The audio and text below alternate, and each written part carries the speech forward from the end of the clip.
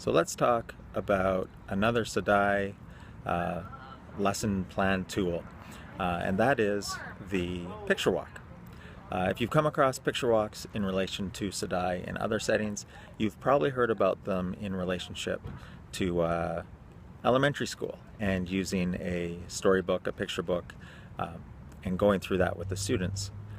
However, it can also be a very effective tool to help students organize their reading of nonfiction, and in this case a textbook. As long as the textbook has some good pictures, we can use it. So that is what we are going to look at today. It's a great way to introduce students to new information, to new vocabulary before they get into reading the book, so that when they do their own reading, they already know what the vocabulary is. It can also spark interest so that they've already invested something into the book and they have a good idea of what's going on when they start reading it. So, without further ado, let's jump into looking at our textbook. So we're all open to section 3, and we see a big hint here that it's Islamic beliefs and practices. It's going to give us some guidelines for what we're looking at here. We're going to look at the pictures first, though, to give us an idea of what's going on.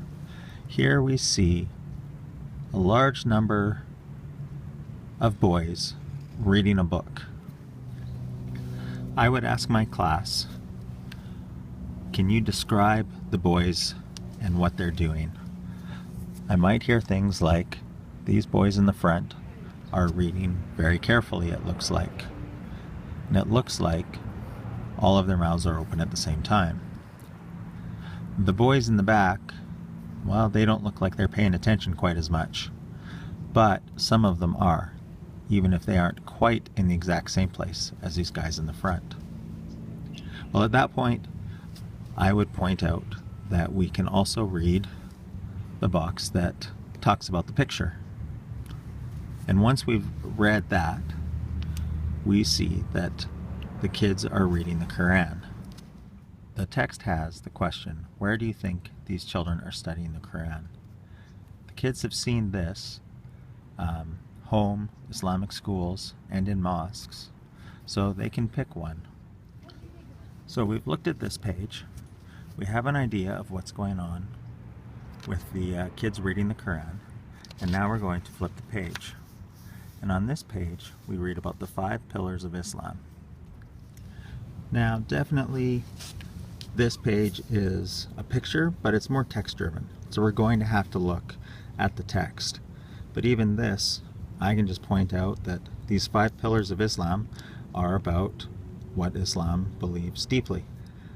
Saying there is no God but God, and Muhammad is his prophet, praying 5 times a day, giving to the poor and needy, fasting during the holy month of Ramadan, traveling to Mecca at least once on a Hajj. Now, I will say to the kids, it doesn't actually matter yet if you understand all of these words, but some of them we probably understand. Who knows somebody that prays? And we can find out about kids praying. And while I'm not always a fan of the questions that are asked in textbooks, there's definitely times when they're very helpful, and this would be one of those. Which of the 5 pillars show how Muslims are supposed to treat people? And it just makes the kids, again, take a quick peek and see what's going on, and hopefully come to giving to the poor and needy, that that's what they're supposed to do. Now, because this book does not have a ton of pictures in these 2 chapters, but it has enough to give us a framework, we're also going to look at this call-out box, because anything like this, I want my students to understand, gives them a good hint to what's in the chapter. So at this point, we go sources of Islamic beliefs, and I'm just going to tell my students that these are 3 different books. There's the Quran, Sharia, the Sunnah, and that these 3 things are going to give Muslims all of this types of information that they need for holy living, or living as they should according to Islam. So that's how you would use it with a textbook. There's some other great ways it could be used. In history classes, there are many biographies that are based very much off of pictures and maps and the like, that you could work your way through this way. There's also graphic novels that are historically based that work excellently with something like this, and is much more of the traditional story walk like you would see more in an elementary classroom. If you're in a science classroom, there's definitely science books about all sorts of different structures that are very much picture-based, that working your way through it gives the students the handle on what's going on in a general way, so that when they dive in a specific way, they're able to bring that information in and start applying it to what you want to work on.